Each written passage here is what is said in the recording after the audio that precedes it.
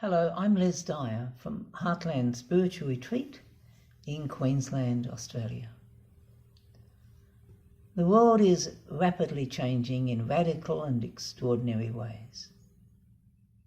And if you and I are to avoid the chaos that this can cause, then we need to make sense of it, to find a firm foundation from which we can positively and beneficially move forward. That foundation needs to be spiritual.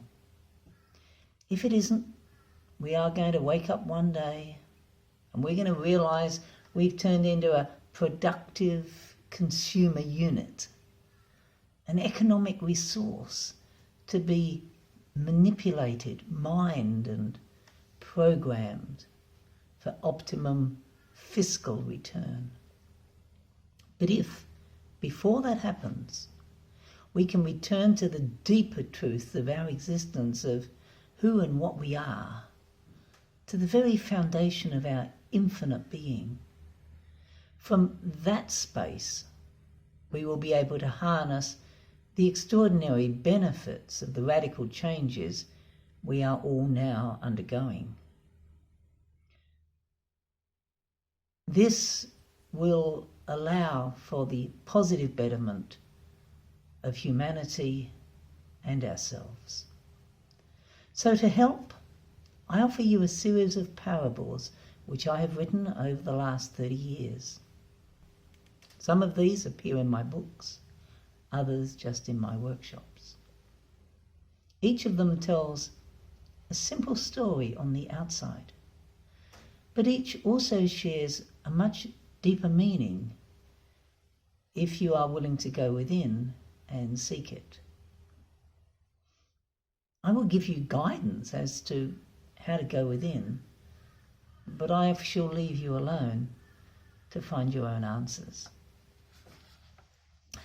So let's start, shall we, with the first of these parables. And for the first, I have chosen the parable of the lucky man. There was a man once who, strange to tell, even called himself Mr. Lucky. And this for many was very strange because he seemed to be very unlucky. He had a beautiful wife, but she upped and left him for a richer man. He had a lovely house, but it burnt down in a storm. He had a faithful dog, but it died of a snake bite. He had a signed Picasso original, but it was stolen by a thief. He was run over by a bus and lost both his legs. His insurance company found a glitch in his policy and refused compensation. He had a good business, but his debtors went bad and he had to foreclose himself. Then he would put his remaining wealth in a bank and it went bust and he lost the lot. And still, he called himself Mr. Lucky. When asked what it would take for him not to call himself Mr. Lucky, he pondered a while and then admitted he had no answer. He said that his many masters ensured that he was always lucky. Lucky, they said?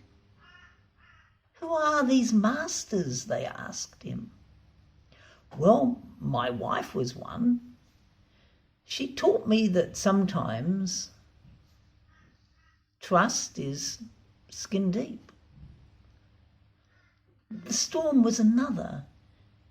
It showed me that we permanently own nothing at all.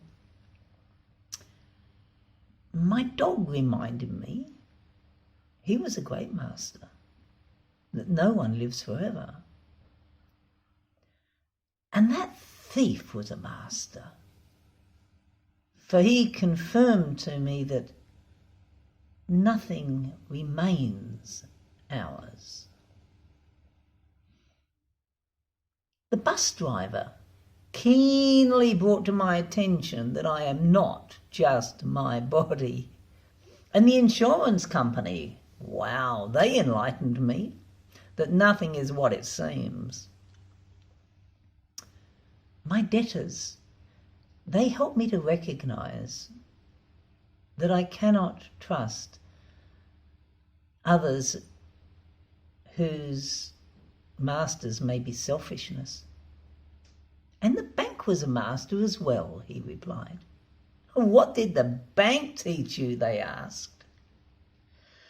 Not to rely on money as my saviour, he replied. And then he smiled. All of them were masters of this or that. And they each taught me accordingly.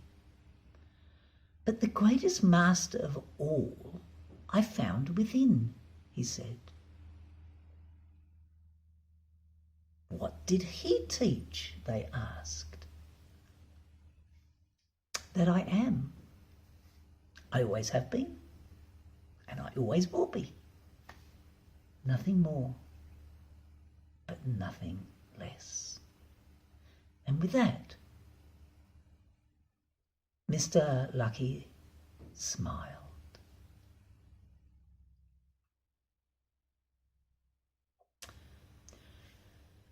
So who have been your masters in your life? And what did they teach you? Did you learn the lessons they gave you? Are you the better for it? Can you, in spite of the tragedies and pitfalls and upsets of your life,